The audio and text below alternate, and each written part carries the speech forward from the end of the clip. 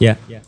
Nah, tadi ketika dibahas itu kan dari Mas Daniel sendiri dan juga Winda kan juga mempertanyakan ya, kenapa kok kemudian ada yang menganggap bahwa ekonomi kerakyatan itu sebenarnya ekonomi rakyat jelata, kemudian ekonomi tradisional. Kalau yang persepsi saya sendiri itu karena itu tidak lepas dari sejarah Indonesia sendiri gitu kan. Tapi saya tidak mau berbicara ke itu dulu, cuman kita bicara ke fakta yang sekarang dulu ya.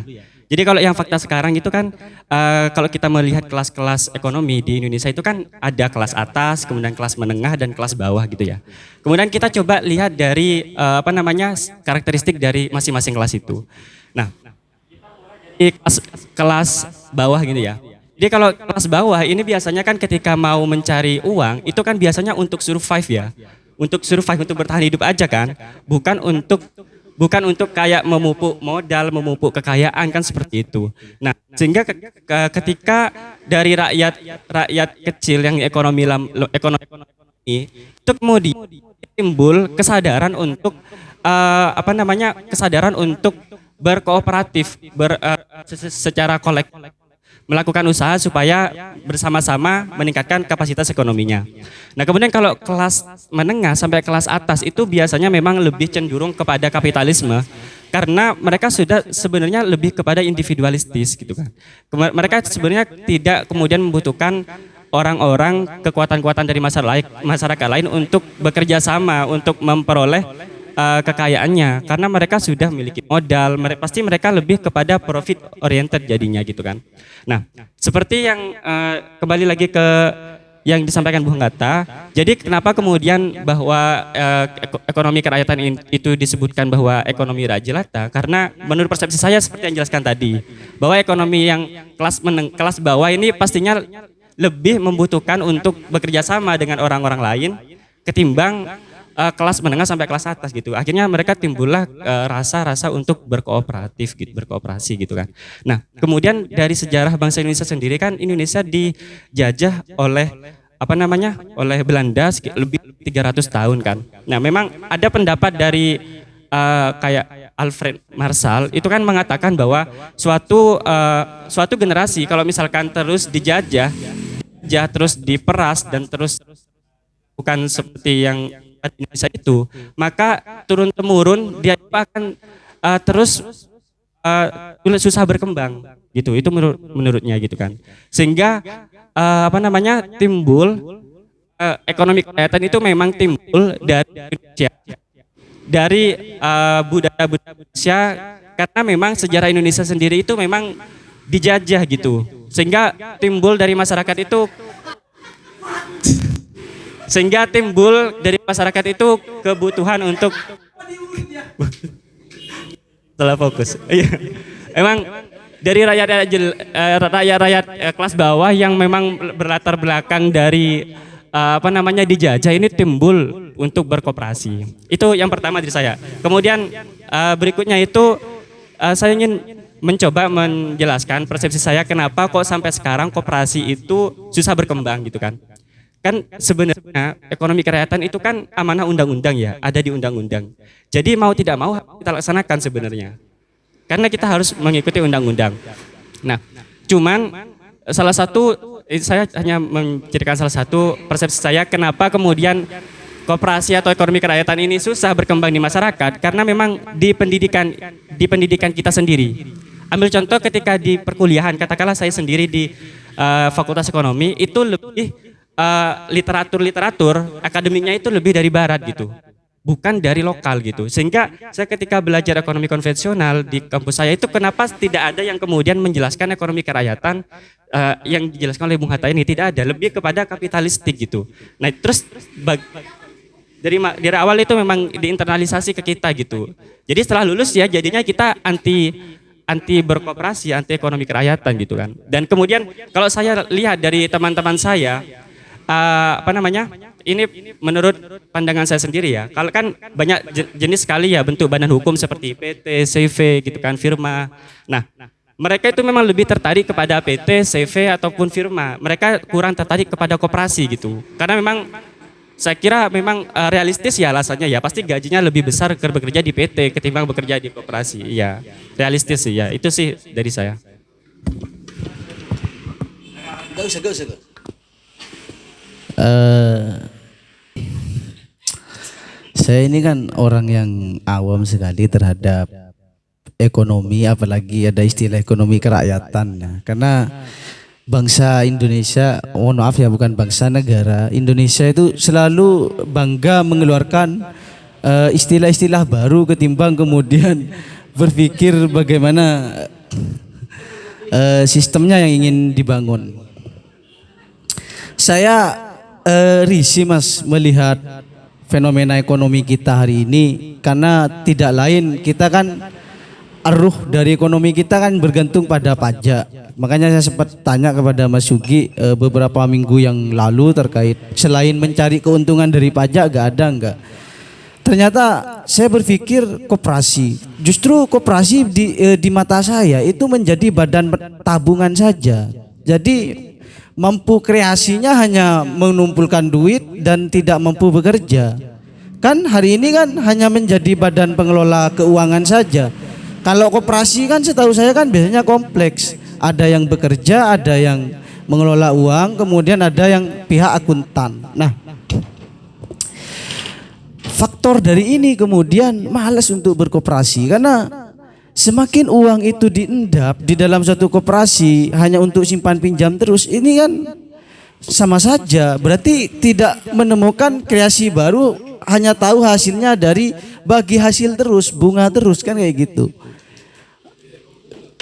Sampai saya males untuk berkoperasi, ngapain kan kayak gitu, karena uang saya hanya dipinjamkan ke orang, ini hanya untuk cari kerja saja. Yang pekerja-pekerja koperasi itu anggaplah pengangguran, tidak bisa berkreasi.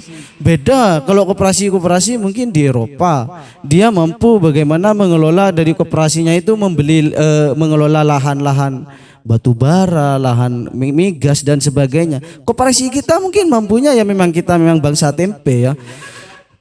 Mungkin mampunya hanya mengelola kedelai, itu pun kalau mau mengelola kan enggak lah. Kemudian kayak gini Mas Yugi, bukan perihal tidak mau dicekoki lokal, keilmuan-keilmuan lokal terkait koperasi, karena memang dari pendiri bangsa kita hanya membuat pondasinya, tapi generasinya kan tidak mau untuk mengembangkan kembali, karena tidak ada sampai sekarang kesuksesan dari pihak kapital yang produknya itu alumni koperasi. Coba sebut saja satu dari CEO yang alumni koperasi itu, nggak ada, semuanya kan pihak-pihak PT yang kayak gitu kan, yang lebih tinggi derajatnya ketimbang koperasi. Mohon maaf, kemarin kan saya mendengar dari obrol berapa CEO baik dari Bukalapak yang kemudian dimotori oleh Khairul Tanjung, yang diberikan dengan kata sukses bahwa yang kaya-kaya itu produk-produk PT semua Mas, dan tidak ada yang produk koperasi itu. Ya adanya yang produk koperasi tadi Mbak Winda yang sampai hari ini pun cari bensin pun susah kayak gitu. Saya juga mikir ke situ Mas. Iya, saya mikirnya ke situ. Saya mohon maaf. Bagi koperasi ini kan menjadi tantangan besar bagi koperasi. Simposium Center ini strategis dengan Pegadaian. Pas di sampingnya hanya ada pembatas jalan gang. Ini Pegadaian. Ke saya itu satpamnya sempat curhat. Kenapa ya Mas, masyarakat kok gengsi kalau masuk ke Pegadaian, lebih terlihat gaul kalau masuk kepada bank-bank konvensional. Karena bank konvensional sekarang kan dituntut undang-undang harus membuka istilah syariah, kan kayak gitu. Tapi saya nanti ajukan untuk membuka, lebih tingkatkan lagi istilah bank Toriko, kemudian makrifat, hakikat, biar tidak hanya di kelas tataran bawah terus syariah kayak gitu. Kapan ingin berkembang kayak gitu. Nggak, ini candanya seperti itu. Kalau hanya di syariah terus sampai kapanpun. Kalau dalam konsep tasawuf, orang yang cenderung syariah itu cenderung bingung Mas. Ibarat kita disuruh mikul air segalon suruh lari, ya gak bisa. Itu dalam tataran syariah. Kalau tingkatan dalam tataran toriko, kita dikasih jalan pakai sepeda motor. Kan kayak gitu analoginya. Di tataran hakikat baru kita menemukan esensi dari suatu apa yang kita buat. Baru kalau sudah ke makrifah itu kan sudah semuanya mencakup. Mungkin nanti bangun ya ekonomi Islam. Tingkatkan lagi, jangan hanya di ekonomi syariah, harus ada ekonomi toriko, hakikat dan makrifah. Oke, itu saya jawab tadi Mas ya. Siap-siap sampean ya.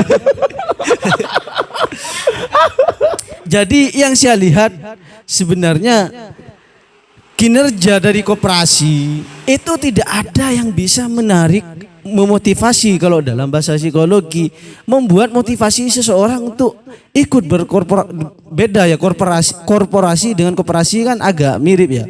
Itu beda. Tapi kalau memang bangun pondasinya sudah ada sesuai dengan ekonomi kerakyatan. Tapi kalau karena saya tidak menganut ekonomi kerakyatan dari Bung Hattas secara tapi saya lebih menganut ekonomi kerakyatannya Gus Dur. Kan kalau di Gus Dur itu dalam tanda kutip inti dari ekonomi kerakyatan ketika itu dari 3 tradisi Islam, maka yang perlu diambil dari Islamnya itu adalah konsep adil. Nah, kalau dalam konsep adil, ketika dalam suatu wilayah masih ada yang punya hutang, maka orang yang kaya itu adalah berkewajiban untuk membayarkan hutang yang tetangganya yang tidak punya mampu bayar. Kan kita nggak mau seperti itu kan sekarang. Kamu mau minjem uang ke saya, ada bagi hasilnya sekian persen, 10%. Hanya apa karena ini tidak ada yang ingin dikelola lagi. Ayo, apa koperasinya Mbak Winda? Kita jangan menyebut koperasi. Mampu kreatifnya di mana? Mungkin hanya bagian subsidi sembako, ya. Menjadi kayak Jangan penghinaan. ojek. Buat pamflet IG itu kreatif. Oh, kena mental.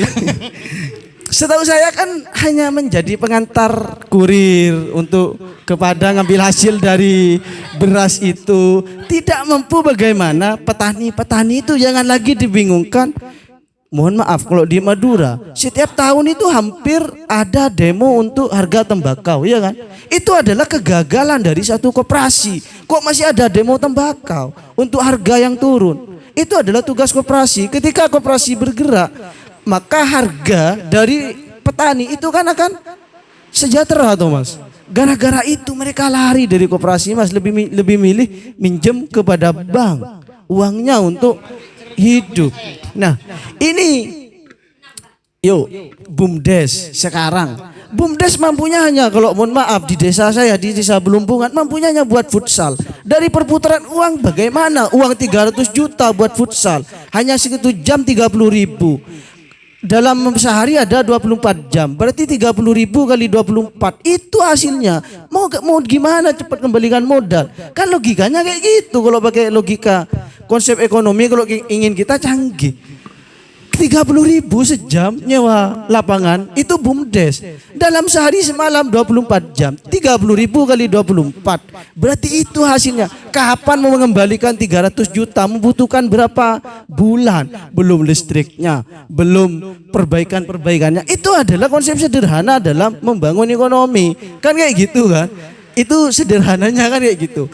Jadi koperasi bukan tidak bagus konsepnya, tapi bagusnya itu hanya di dalam lapisan kertas. Tapi praktiknya nggak ada, Mas.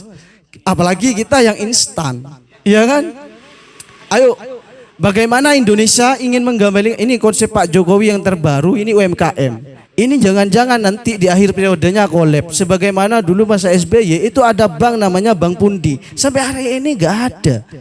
Itu bagus sudah konsepnya. Nanti jangan-jangan UMKM itu kolab. Koperasi sekarang kan dibangun. Ada koperasi ini, semuanya lewat koperasi. Sampai Bapak Sandiaga Uno itu Menteri pariwisata, ada koperasi pariwisata. Justru kalau kita lihat di Bali, itu orang asing yang mengelola bagaimana sampah dikelola untuk walhi, untuk lingkungan hidup, kemudian untuk menghasilkan.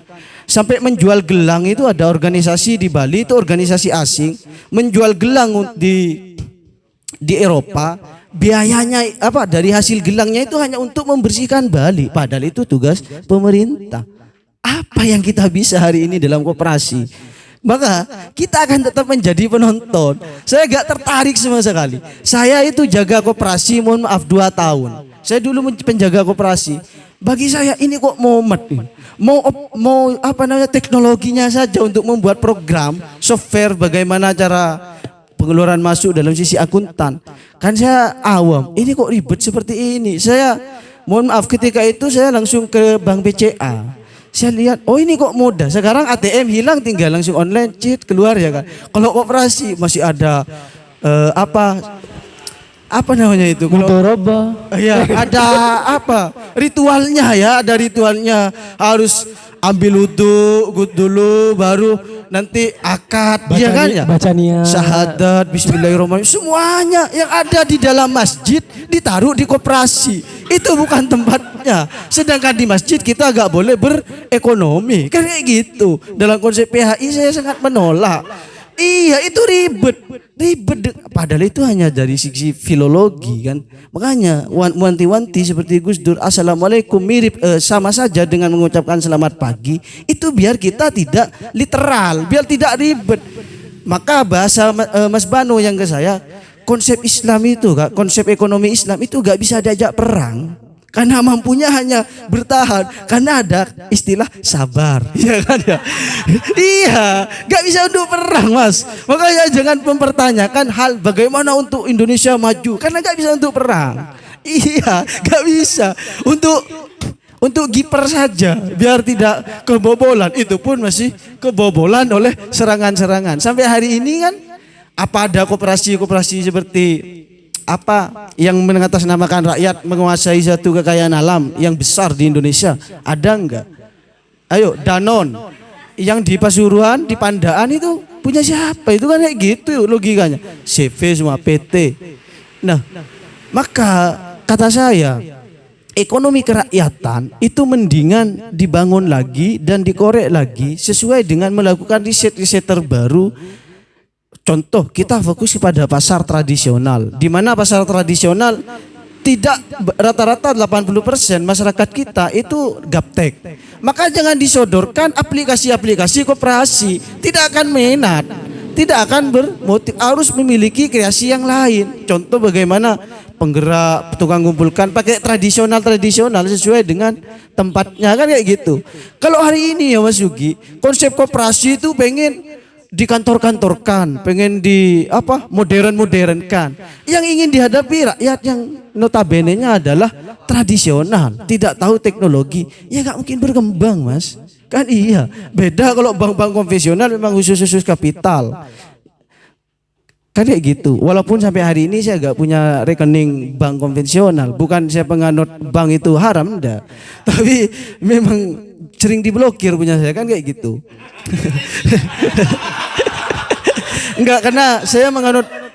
Maka mulai nanti ekonomi kerakyatan dibangun lagi, digagas dan harus naik di grade sedikit menjadi ekonomi masyarakat. Nah itu yang lebih bagus. Bagaimana kalau lapisan masyarakat tidak ada yang kapital, tidak ada yang lemah, semuanya berkolaborasi membangun minimal untuk kebutuhan itulah. Gak usah berangan-angan untuk menjadi kaya. Yang penting untuk kebutuhan, untuk bensin.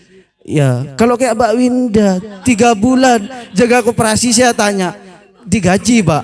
Gak digaji Kak. Aduh, gak digaji, pegawainya gak digaji, di mana mau untuk memenuhi kebutuhan hidup kan?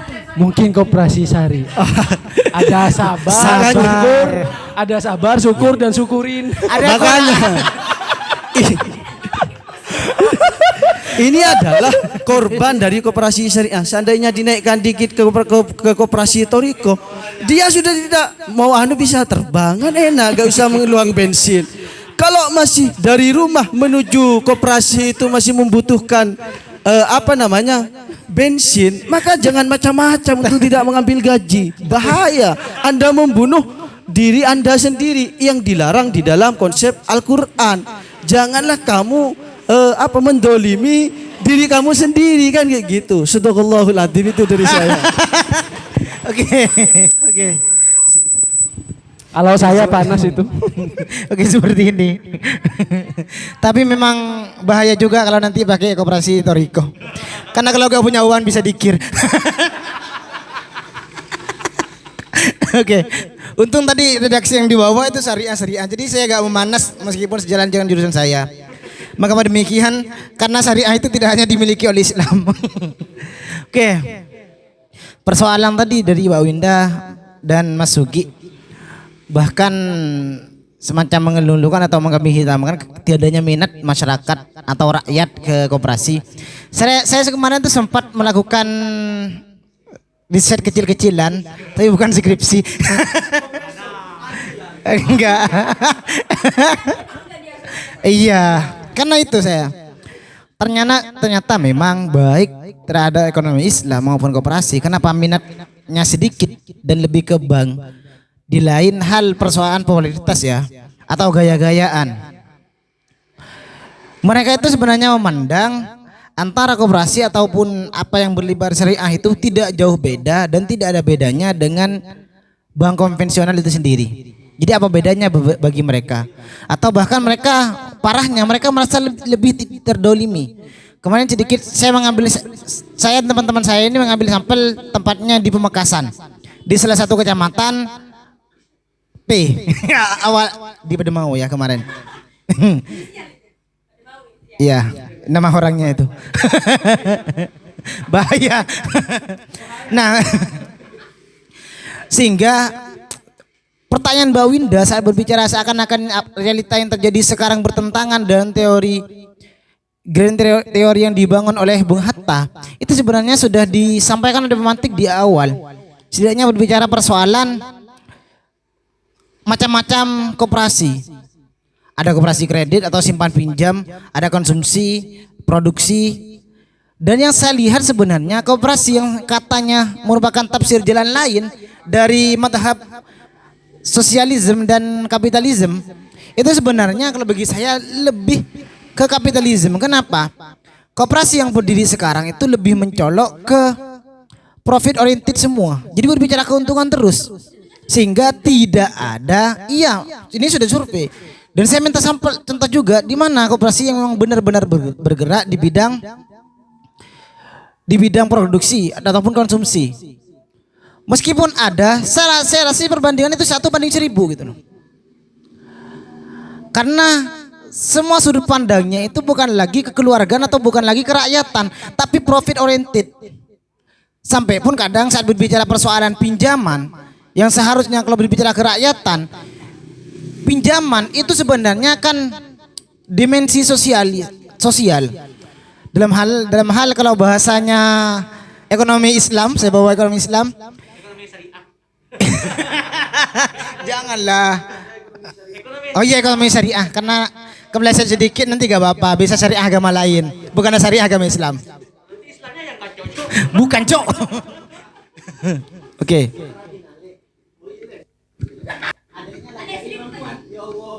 Jadi seperti ini. Itu sebenarnya merupakan dari akad tawun atau tolong menolong. Tapi sekarang konsepsi yang dengan itu salah. Yang harusnya tolong menolong itu ketulusan atau sistem kekeluargaan. Apa yang dia baliki, dia pinjam A maka harus kembali A, bukan kembali A plus. Tapi kenyataan di lapangan pinjam A kembalinya A plus. A plusnya itu paksaan, Bun. Apa angka itu bukan 2? lagi sistem kekeluargaan tolong menolong. Bukan hanya bank, koperasi juga ada. Bahkan yang berlebar syariah juga ada. Juga ada. Bukan semuanya, saya katakan juga ada. Ya. Jadi ini yang menyebabkan minat masyarakat itu minim. Yang mensupport saat berbicara persoalan support, saya tidak mau bawa akad seperti motor lain sebagainya, support atau pembiayaan lain sebagainya. Bukan merubah kalau ini, berubah. Oke. Jadi lagi-lagi support yang mereka berikan support karena ada iming-imingnya. Tidak ada saat terjadi loss atau kerugian. Bukan, masih ada istilah bagi rugi.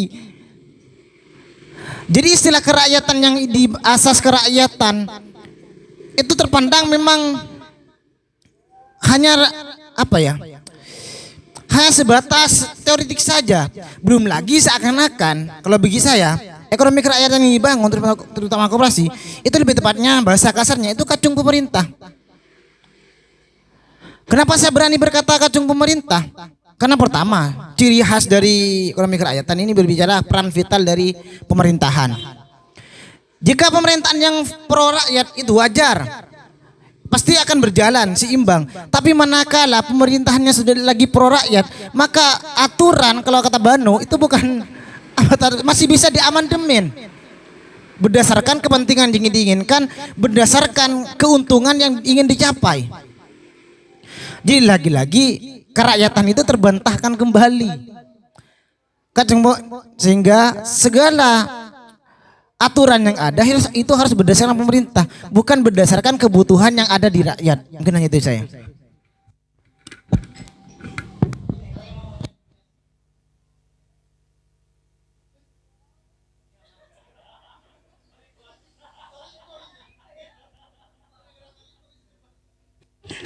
Sebenarnya tadi dari pernyataan Kang sebenarnya terlalu suuzon dulu ya terhadap tentang koperasi itu sendiri. Sebenarnya yang saya pahami sebenarnya makanya yang saya katakan tadi yang saya nyatakan tadi di awal yang juga saya tanyakan kenapa konsep koperasi ini tidak menarik kepada masyarakat karena kebanyakan masyarakat itu profit oriented semua gitu. Dan kalau menurut saya juga salah jika menilai bahwa koperasi saat ini tidak kreatif dan lain sebagainya. Kalau menurut saya itu kasuistik ya.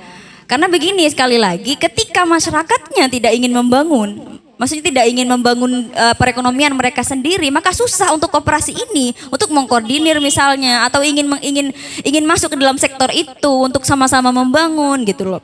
Terus juga misalnya tadi kenapa yang sukses-sukses itu dari PT? Karena memang konsep koperasi itu untuk kepentingan bersama, tidak untuk menonjolkan satu pihak gitu kan. Atau siapa yang paling kaya dan lain sebagainya. Dan juga kita juga diatur dalam ada regulasi tersendiri. Makanya tadi ada 3 negara, swasta juga koperasi, dan di sistem koperasi itu sendiri atau di dinas koperasi atau apa namanya ya yang menangani tentang itu kurang menyeluruh tentang bagaimana seharusnya masyarakat itu lebih mudah untuk berkoperasi, bagaimana masyarakat lebih mudah untuk mengkoordinir kebutuhan mereka sendiri. Itu yang menurut saya kurang. Jadi kalau berkaitan dengan koperasi saat ini demikian gitu loh. Sebenarnya itu tergantung dari masyarakatnya itu sendiri gitu. Ada beberapa masyarakat yang mereka lebih suka dengan ke bank konvensional misalnya atau ke bank-bank yang kita tahu mungkin lebih bunganya lebih besar. Enggak, koperasi itu jelas Kak. Makanya kita jangan salah paham dulu. Jadi ketika orang datang ke koperasi, makanya saking jelasnya ditanyain dulu ini kebutuhannya untuk apa dan lain sebagainya. Seperti itu, makanya ada akad-akad yang sedemikian rupa. Itu untuk mengetahui, untuk ada sistem kekeluargaan di situ supaya jelas mau kemana dan lain sebagainya. Jadi bukan berarti koperasi tidak pro terhadap masyarakat. Cuman bagaimana masyarakat itu punya kesadaran untuk membangun membangun perekonomian mereka gitu. Misalnya desa Polagan gitu ya. Polagan ya, kita Polagan ya. Jadi Polagan memiliki potensi yang demikian misalnya. Dan ada juga kan tadi ada. Misalnya ini. Jadi ada potensi dalam satu desa dan masyarakat itu sadar akan itu misalnya. Maka bagaimana untuk mengkoordinir itu, bagaimana masyarakat di situ punya kesadaran sendiri gitu. Tapi pada kenyataannya banyak sekali masyarakat yang lebih suka dengan bunga besar dan lain sebagainya. Makanya yang BUMN dan BUMS itu lebih dominan di masyarakat kita atau di negara kita dengan sistem koperasi itu sendiri kurang banyak yang punya minat. Misalnya juga tentang UMKM gitu ya. UMKM sendiri itu juga tidak merata gitu loh. Jadi bagaimana usaha-usaha kecil dari apa namanya? Bukan ini ya. Bukan bansosnya ya. Jangan salah paham tentang UMKM-nya itu sendiri. Sedang ngambil mic tadi. Jadi dari UMKM-nya itu sendiri banyak usaha-usaha kecil yang itu juga masih belum belum terjamah gitu, terjamah dari pemerintah dan lain sebagainya. Makanya perlu ada kesadaran, bukan berarti menyalahkan koperasinya, tapi bagaimana masyarakat itu punya kesadaran untuk enggak menyalahkan masyarakat. Cuman bagaimana seharusnya kesadaran itu muncul untuk dan juga yang jadi buron. Nah, dan juga masyarakat di situ kalau mereka memang sadar, mereka akan cenderung untuk bagaimana membangun perekonomian mereka, bukan membangun yang prinsip kapitalistik tadi. Di gitu. ekonomi itu ada konsep pemasaran, Mbak. Ketika masyarakat sudah tidak tertarik, jangan salahkan masyarakatnya yang memasarkan. Kan kayak gitu.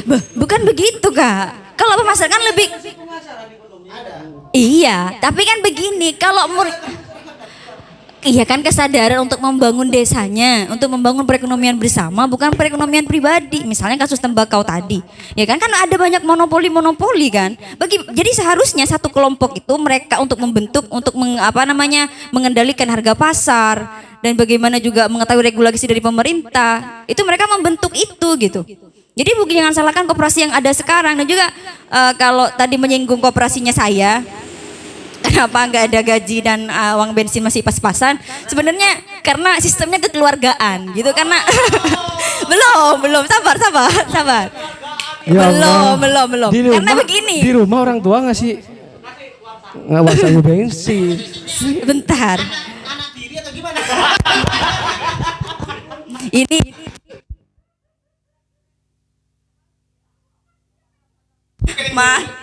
hidup udah.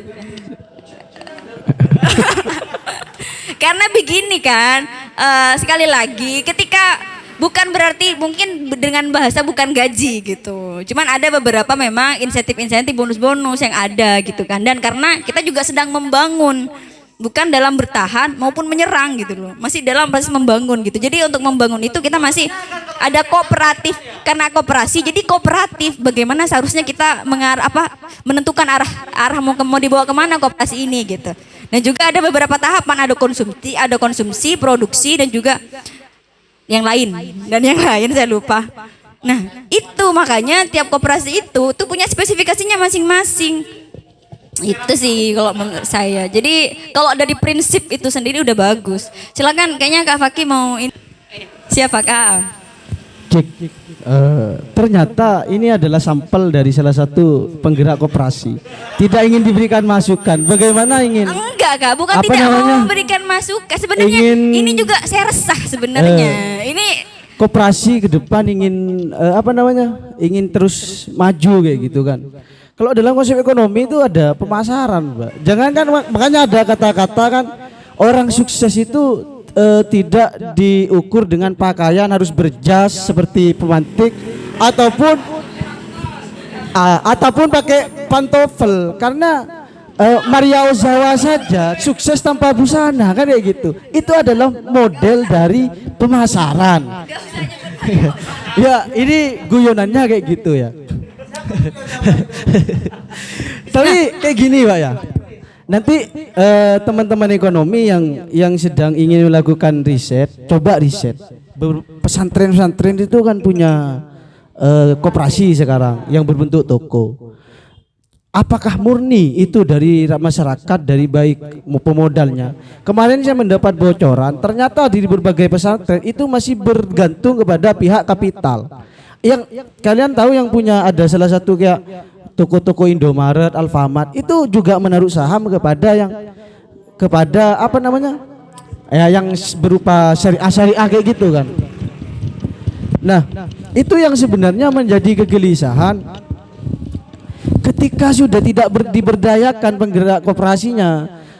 Bagaimana koperasi ini ingin berkembang? Ibarat sepeda motor gak ada bensinnya, bagaimana mau jalan, kan repot Mas. Ya kecuali nanti pakai konsep ekonomi Nusantara, kembali kepada zaman Angling Dharma kan kayak gitu. Baru bisa, kalau bagi saya kayak gitu Pak ya.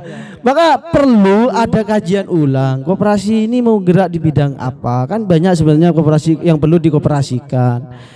Harus menerima masukan, karena kalau kekeh dengan berdalil-dalil gara-gara syariah tidak mau menerima masukan, takut apakah sudah merasa dekat dengan Tuhan kan gitu kan, repot. Karena yang kita hadapi itu manusia, bukan Tuhan dalam berekonomi. Cuma sendi-sendi value-nya, moralnya baru kita ada kaitannya secara konstelasi bersama Tuhan. Bagaimana kita tidak boleh menipu orang kayak gitu kan.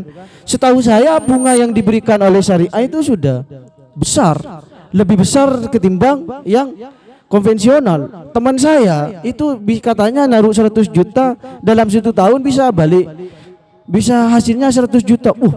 Masa 100% kata saya.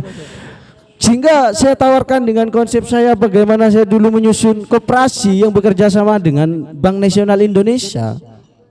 Yang pernah survei ke sini itu pakai mobil tapi koperasi pertanian itu tidak laku karena tidak sesuai dengan yang ditawarkan oleh syariah. Nanti hasilnya besar kayak gini kan, sudah dapat 2 katanya, sudah kaya di dunia, nanti di akhirat dapat surga. Saya kalah marketing kayak kata saya, kalah pemasaran. Karena kalau bertani katanya tidak ada nilai-nilai pahalanya, gak bisa iktikaf mungkin. Ya, itu Mbak ya dari koperasi. Jadi kalau ingin membangun koperasi, walaupun sistem kekeluargaan, jangan pakai sistem kekeluargaan, nanti bahaya, tidak sesuai dengan regulasi. Kalau ingin ikut koperasinya harus daftar dulu ke KUA, kan repot. Kan repot kan. Jadi regulasinya terlalu panjang.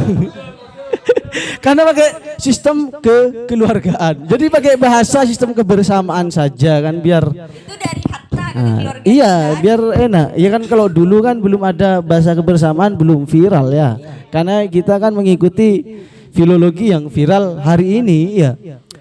Koperasi itu berubah berapa kata, dari koperasi, dari kelompok usaha bersama, KUB dulu saya ingat dulu tahun 2012 itu bernamanya KUB, kembali ke koperasi, kembali ke KUPP, kelompok usaha pemuda produktif, dan sekarang kembali lagi ada apa namanya itu kiar apa dan sebagainya, itu sampai berubah kata-kata. Mungkin kalau dikamuskan itu sampai berapa jilid ya, tapi nggak sampai berapa jilid, mungkin sampai jilid 1 aja karena masih tidak ditemukan. Itu sih dari saya. Tidak menerima masukan karena tadi banyak yang tidak sesuai dengan realitanya. Jadi dan juga dari sistem pemasaran. Kak, maksudnya begini Kak, yang saya maksud kami tidak terbuka, maksudnya maksudnya tidak mengklaim ya. Jadi yang dimaksud kakak tidak terbuka tadi itu sebenarnya karena kalau misalkan masyarakat itu paham gitu kan, bahwa bagaimana mengelola desa mereka, potensi mereka, maka pemasarannya akan lebih mudah. Makanya dari Hatta tadi dia tidak mengabaikan adanya pasar dan negara. Karena koperasi sebagai media. Jadi semakin banyak koperasi, maka media-media yang untuk yang berhubungan dengan pasar itu akan lebih mudah. Itu menurut saya. Bukan lebih mudah. Inflasi koperasi jadi tidak produktif dan tidak efektif. Lah enggak juga, bukan tidak. Kalau terlalu banyak media. Nah, karena begini, setiap koperasi itu aplikasinya masing-masing. Misalnya di tembakau tadi kan, di padi tiap desa. Gini kebayang enggak? Misalnya, kan tadi petani ada tembakau, produksi, ada konsumsi. Siapa? Saya petani tembakau, ikut koperasi A, ikut koperasi B, bayangkan tiap seminggu ada operasi, bayangkan. Emang koperasi harus ada koloman? Enggak, makanya enggak ada. Kalau kan koperasi kan ada spesifikasinya masing-masing. Nah iya, karena kan ada produksi, ada konsumsi. Seandainya saya sebagai salah satu petani tembakau, saya membutuhkan ketiga fungsi dari koperasi. Berarti saya harus mengikuti 3 koperasi ya, itu. Apa, dengan semua regulasi yang betapa berjelibetnya. Kenapa kan koperasi kalau kayak gitu sudah karena tidak efektif dan tidak efisien. Sebentar. Gini, karena kan begini ya. Karena begini, sebentar. Kan setiap koperasi maksud yang malah muncul dari dia depan. Karena begini, kan tadi ada yang fokus di produksi, ada yang konsumsi, dan setiap koperasi itu sendiri punya produknya masing-masing. Ada yang kesimpan pinjam, ada produk dan lain sebagainya, gitu kan. Dan itu sebenarnya untuk mempermudah masyarakat gitu loh. Jadi nggak apa-apa kalau misalkan kita misalnya untuk simpan pinjam kita ikut koperasi ini dan lain sebagainya. Intinya untuk memenuhi kebutuhan masyarakat. Misalnya dalam hal pemasaran, misalnya mereka begini, bentar dulu Kak. Gini, misalnya ada suatu desa punya, yang saya sebutkan, ada suatu desa punya potensi gitu kan. Kenyataan sekarang itu masih banyak monopoli pungli. Misalnya orang-orang yang ingin diambil apa namanya ya, ilah monopoli gitu ya, monopoli, dan mereka mengambil keuntungan banyak gitu. Dengan adanya koperasi, mereka bisa menentukan misalnya bagaimana mereka memasarkan produk-produk mereka, bagaimana mereka mengelola itu supaya mereka di situ tidak keuntungannya tidak kepada perseorangan tapi kepada mereka sendiri, gitu loh. Jadi potensi itu bisa lebih dikelola dengan baik, masyarakat lebih diberdayakan. Apa yang seharusnya misalnya di padi, bagaimana apa yang dibutuhkan untuk menanam padi dan lain sebagainya, alat-alatnya dan lain sebagainya, misal dalam kelompok-kelompok pertanian gitu kan. Kan bisa seperti itu, jadi kan lebih mudah.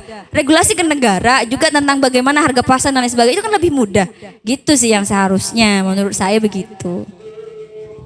Iya. Udah ya. Iya, saya kembalikan ke Bung Hatta. Oke. KW. Oke, jadi dari tadi memang ada semacam perdebatan tentang bagaimana koperasi itu sudah tidak relevan di zaman ini ya. Dan menandakan bahwa orang-orang yang aktif di dalam dunia koperasi itu sebenarnya orang yang ya santai Pak. Sudah bisa paham semuanya. Tapi memang faktanya seperti itu. Karena sebenarnya meminjam dari istilah dari Mas Sugi tadi, saya sebenarnya tidak setuju Mas, karena saya ada di kelas bawah. Sebenarnya itu dasar Mas ya. Kita diajari kelas-kelas itu nggak bawah, dari dasar menengah atas. Nggak ada kelas bawah. Sebenarnya saya pakai itu kan istilah umum ya, bukan istilah saya sendiri. Kan. Jadi ya. Saya menjaga perasaan saya sendiri aja karena ada di kelas dasar. Jadi ada sesuatu yang pertanyaan dari perdebatan yang sudah terjadi dari tadi. Saya ada pertanyaan yang agak mendasar. Sebenarnya dalam konsep koperasi itu kan adopsi hatta terhadap bagaimana sistem yang ada di sana yang sudah terbukti sukses dalam mengurangi ini. Tapi itu hanya adopsi, bukan spirit awal dari gotong royong itu sendiri.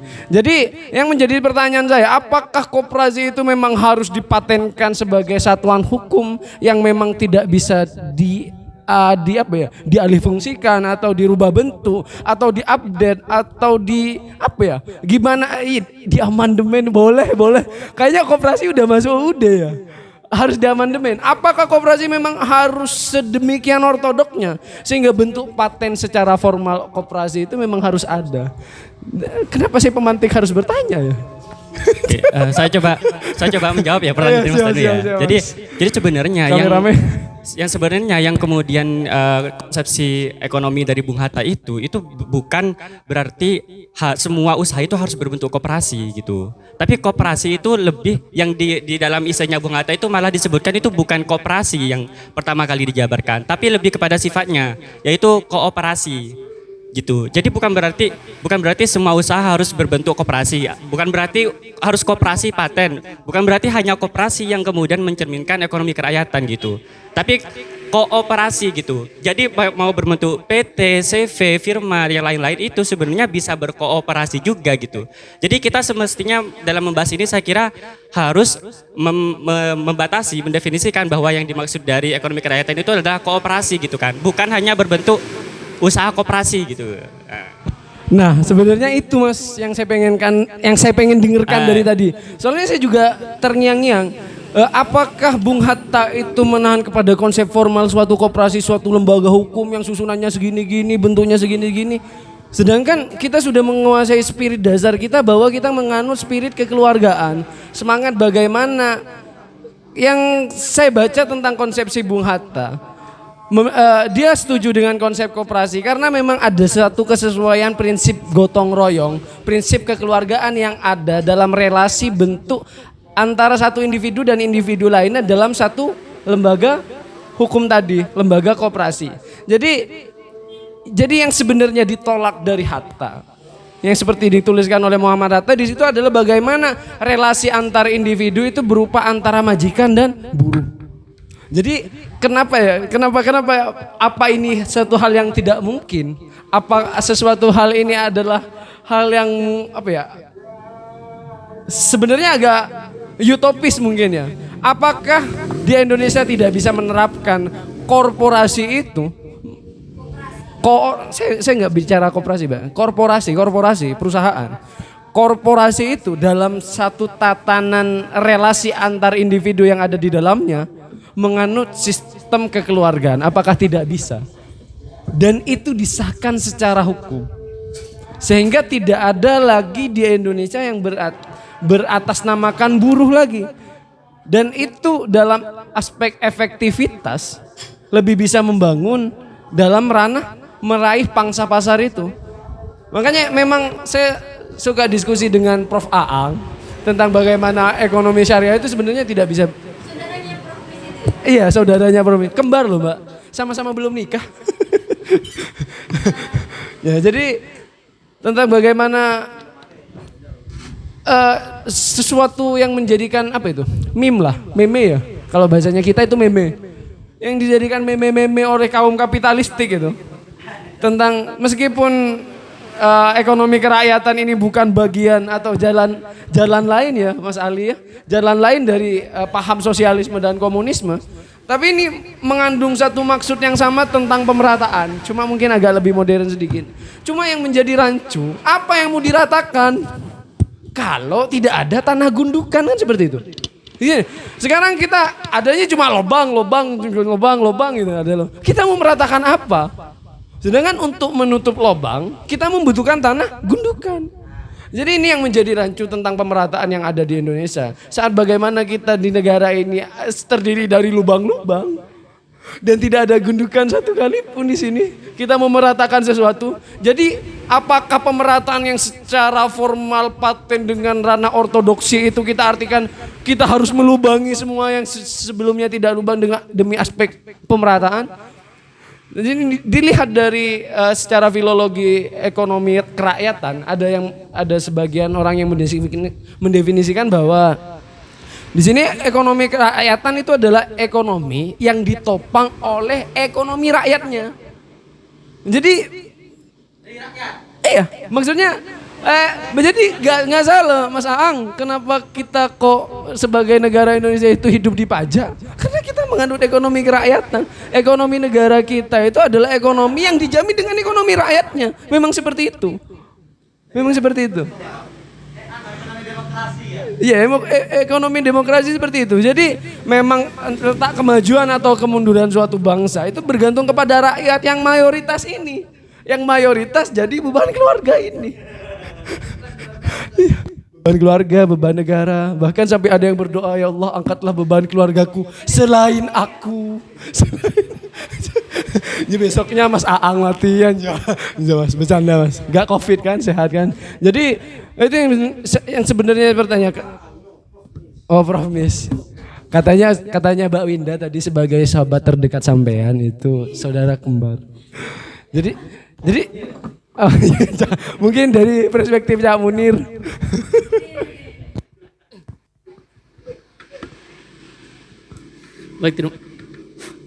Baik, terima kasih. Nah, sebenarnya di sini saya akan memberikan beberapa catatan. Yang pertama itu adalah bahwasanya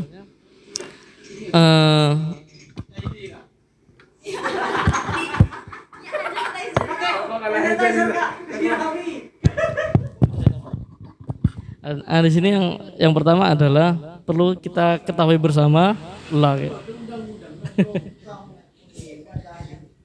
yang perlu kita ketahui bersama di sini adalah bahwasanya ekonomi kerakyatan punya Bung Hatta ini bukan sebuah grand teori ya. Ini yang perlu kita ketahui karena ekonomi kerakyatan punya Bung Hatta ini adalah sebuah gagasan saja dan juga ide pemikiran, buah dari pemikiran. Itu kalau pendapat saya. Karena kenapa? Karena secara bentuk gagasan jika dikatakan sebuah teori itu kalau menurut saya dan bahkan saya membaca di beberapa literatur itu masih belum bisa. Karena ini hanya buah dari pengalaman seorang Bung Hatta pada masa dulunya ketika hidup di Minang gitu ya. Dan yang kedua adalah ya pantas saja ketika dari tadi teman-teman banyak yang bertanya seperti sebenarnya apa yang ditawarkan atau langkah taktis dari Bung Hatta terkait ekonomi kerakyatannya ini wajar saja jika kemudian banyak di sini yang belum bisa memberikan penjelasan karena hal ini adalah sebuah gagasan saja bukan bentuk grand teori. Nah itu juga. Nah dan juga yang kedua adalah penerapan ekonomi kerakyatan sendiri di Indonesia itu kalau menurut saya masih belum bisa. Ini pandangan saya pribadi. Karena kenapa? Saya pernah membaca persepsi dari Prof. Emil Salim ya.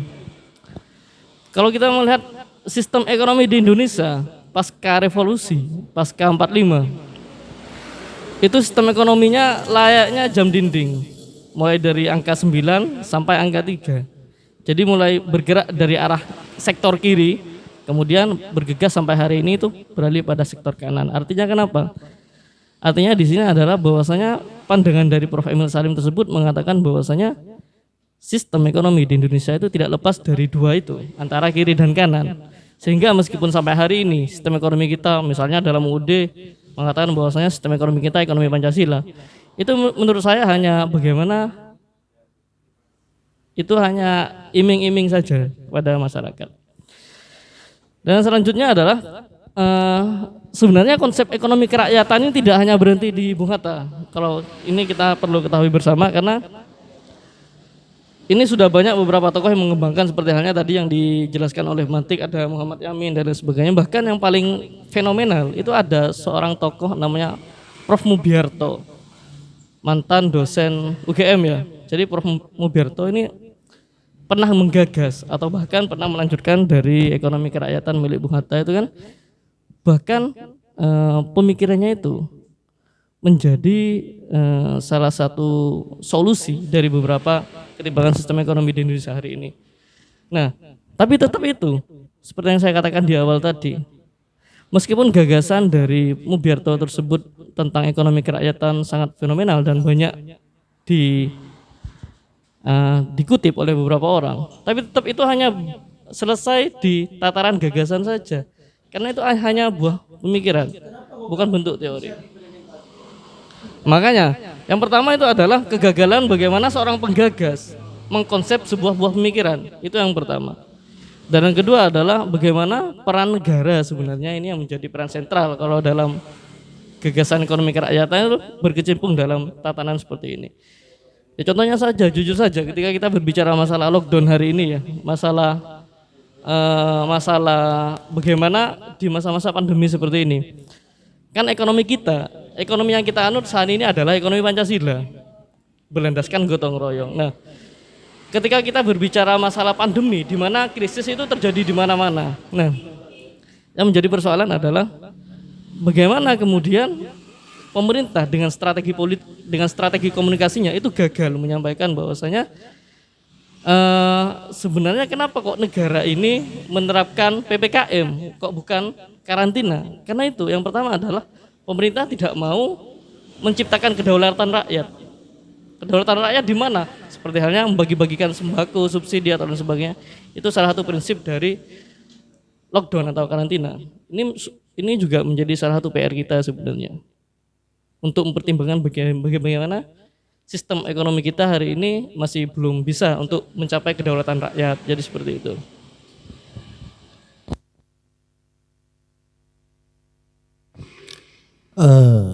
Saya tambah membingungkan penjelasannya Prof. Fakih ini ya. Tadi ketika ekonomi kerakyatan itu hanya selesai di gagasan dan tidak bisa diimplementasikan kan ya Mas. Berarti itu adalah suatu kegagalan suatu konsep yang sudah dibangun oleh Bung Hatta. Kan yang saya tahu kan kayak gini, Bung Hatta itu berasumsi bahwa untuk membangkitkan ekonomi Indonesia kita tidak boleh bergantung kepada Eropa dan tidak boleh bergantung kepada suatu dogma tertentu dalam suatu ajaran agama. Maka perlu menggali ekonomi yang bersifatnya adalah murni dari budaya Nusantara kan kayak gitu. Sehingga menggabungkan ketiga tadi. Yang saya bingungkan, kenapa konsep itu dibuat ketika tidak bisa diimplementasikan dalam kehidupan kita dalam berbangsa dan bernegara kan. Sampai hari ini pun ya mungkin ini adalah kebodohan saya memahami istilah ekonomi yang ada di Indonesia termasuk ekonomi Pancasila, ekonomi kerakyatan. Bagi saya hampir susah untuk membedakan ya. Bagi saya kok ekonomi Pancasila ya ekonomi kerakyatan. Cuma nanti saya tanya pada teman-teman ekonomi bedanya itu di mana kan kayak gitu kan. Sebenarnya kalau dari makna itu sama sebenarnya. Literatur bahwasanya Mubiarto itu pertama kali menggunakan istilah itu adalah ekonomi Pancasila. Dan lantas seiring perkembangannya waktu, ternyata banyak terdapat penolakan dari masyarakat. Kenapa kok Pancasila ini mending dibuang saja? Entah itu karena gara-gara sakral atau sudah tidak percaya terkait konsep Pancasila. Namun hal ini kemudian Mubiarto dalam beberapa literaturnya mengubah yang sebelumnya ekonomi Pancasila menjadi ekonomi rakyat.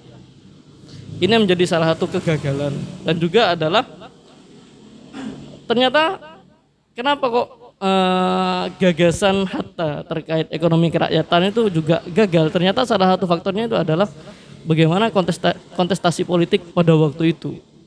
Ini yang menjadi permasalahan juga, karena juga pada waktu itu kita kan sudah tahu sendiri bahwasanya Muhammad Hatta kan meskipun perannya sangat besar sebagai seorang intelektual, bagaimanapun dari beberapa kalangan itu banyak yang menutupi, kan gitu logikanya. Jadi ini menjadi beberapa catatan bahwasanya meskipun pada dasarnya konsep ini meskipun pada dasarnya gagasan ini merupakan sangat epik, ciamik lah gitu. Namun pada kenyataannya hal ini kurang dibangun secara proporsional, sehingga untuk menjadikan ekonomi kerakyatan sebagai sistem ekonomi kita itu di sini masih terdapat beberapa keburaman. Jadi seperti itu.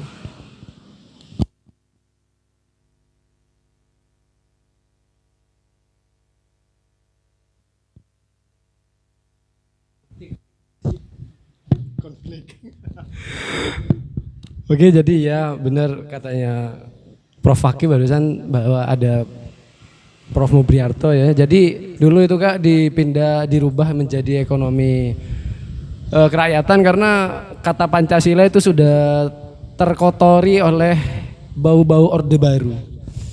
Jadi untuk membersihkan dari yang itu emang Mbak Emma. Ini kan anak ekonomi nih, tahu jadinya. Jadi karena kotor Pancasila itu sudah agak tidak sakral lagi karena sudah dimanfaatkan aja Pancasila sudah jadi mustakmal ya. Karena sudah dipakai udah sama Orde Baru, jadi Pancasila itu mustakmal. Jadi cari debu baru namanya ekonomi kerakyatan, katanya filologi. Jadi sebenarnya titik poin tentang pemikiran ekonomi kerakyatan Hatta juga itu ada tentang satu poin tentang struktur ekonomi nasional yang bertentangan dengan struktur ekonomi kolonial. Soalnya karena memang negara Indonesia pada saat itu sangat menentang konsep negara boneka. Di mana negara boneka di situ dalam struktur ekonominya menganut struktur ekonomi kolonial. Nah, struktur ekonomi kolonial itu dalam pengaturan strukturnya itu mengutamakan negara induk. Makanya dulu Indonesia itu dulu juga menjadi suatu negara Hindia Belanda, menjadi negara boneka dari Belanda. Jadi kalau kita sebagai kaum formal yang mengiyakan hal itu mungkin ya. Jadi selama 350 tahun Indonesia menjajah Indonesia, Belanda itu menjajah Indonesia. Itu bukan perampokan, bukan apa. Itu memang adalah sebuah sistem ekonomi kolonial di mana negara-negara boneka itu segala sesuatu yang diserap di sana semuanya akan dialokasikan kepada negara-negara induknya. Sehingga memang Indonesia melalui Soekarno dan Hatta, lebih-lebih Soekarno dengan jelas-jelas menolak konsep kemerdekaan Malaysia dahulu kala itu karena memang pada saat itu Malaysia, Singapura dan lain sebagainya itu adalah bagian negara boneka dari Inggris, lebih-lebih Malaysia. Sampai kan kita masih bisa lihat sekarang film dokumenter bagaimana masyarakat Malaysia membenci Soekarno. Bagaimana Soekarno berpidato ganyang Malaysia karena memang Indonesia adalah konsisten menolak konsep ekonomi yang bersifat kolonial. Bahkan dulu ada guru dosen PPKN saya itu PPKN. Kalau PPKM ditutup jam 8. Itu dibingungkan dengan kenapa kok jika Indonesia memang dalam undang-undang dasarnya itu mengatakan ingin mewujudkan perdamaian dunia, mengapa Indonesia kok menjajah Timor Leste? Mengapa Indonesia kok menolak negara Malaysia? Kalau memang Indonesia itu adalah negara yang dalam undang-undangnya sudah menggarisbawahi bahwa negara yang sudah menentang kolonialisme, menentang segala bentuk penjajahan dan ingin mewujudkan perdamaian dunia. Jadi jawaban yang menjadi atas dasar itu semua adalah bagaimana konsepsi Indonesia itu menolak konsep ekonomi kolonial yang tidak berperilaku adil. Kalau bahasa Islamnya ya, kalau dalam bahasa kita itu merata atau tidak proporsional. Bagaimana dalam negara-negara boneka itu yang menjadi prioritas utama adalah negara induk mereka. Dan di sini mungkin ada satu tambahan lagi bahwa sebenarnya ya dalam tujuan politik perekonomian dari Muhammad Hatta di situ adalah itu menaikkan tenaga beli rakyat. Jadi biasanya orang-orang yang memiliki pemahaman ekonomi makro bisa memahami ini semua. Jadi kan kadang saya agak bingung juga, kenapa negara itu kok dengan cuma-cuma mau ngasih uang bantuan-bantuan PHK pakai PKH ya? PKH ya. Soalnya lebih banyak PHK-nya daripada PKH-nya. Ya, kok mau memberikan bantuan secara cuma-cuma seperti itu. Ternyata dalam konsep ekonomi mikro itu hanya untuk menjadi suntikan dana kepada masyarakat agar daya beli naik. Sehingga saat daya beli masyarakat naik, nanti itu apa itu istilahnya itu? Indeks apa ya? Ya Allah. Lama online goblok ya. Bukan indeks harga saham ya. Pokoknya apa ya? Kayak pemasukan negara ya. Apa itu ya? Lupa dalam apa itu? Bukan devisa. Apalah? Iya itu. Itu PDB ya. GDP. Nah itu akan naik. Jadi sehingga itu menjadi indikasi bahwa perekonomian Indonesia itu baik. Meskipun melalui masyarakat yang menjadi beban keluarga. Sehingga karena ini adalah paham konsep dari ekonomi makro. Jadi Atta berkata apabila tenaga beli realnya itu bertambah, maka perkembangan ekonomi suatu negara akan bertahan. Tapi kalau rakyatnya tetap miskin, maka perekonomian suatu negara itu juga akan sangat terabaikan karena daya beli yang rendah dari masyarakat. Dan itu terbukti pada tahun 1932 atau 33 waktu terjadi Great Depression ya.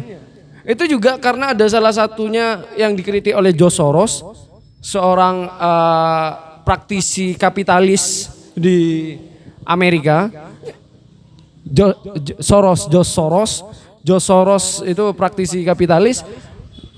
Dia mengatakan bahwa salah satu yang menjadi faktor utama krisis di dunia itu adalah bukan George Soros yang ini. Ini Keynes, maaf salah ya. Yang ini Keynes, yang ini. Kritik Keynes kepada perekonomian internasional pada saat itu karena membebankan hutang perang dunia kedua kepada Jerman secara membabi buta. Dalam artian dia membebankan hutang yang mustahil hutang itu untuk dilunasi Jerman.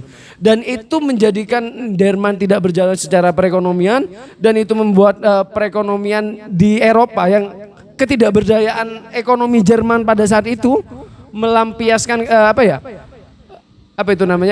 berdampak kepada perekonomian Eropa secara keseluruhan sehingga menjadi Great Depression. Jadi dalam tataran ekonomi makro, gagasan yang disampaikan Bung Hatta ini sangat baik sekali karena ini adalah gagasan bagaimana caranya mencapai kestabilan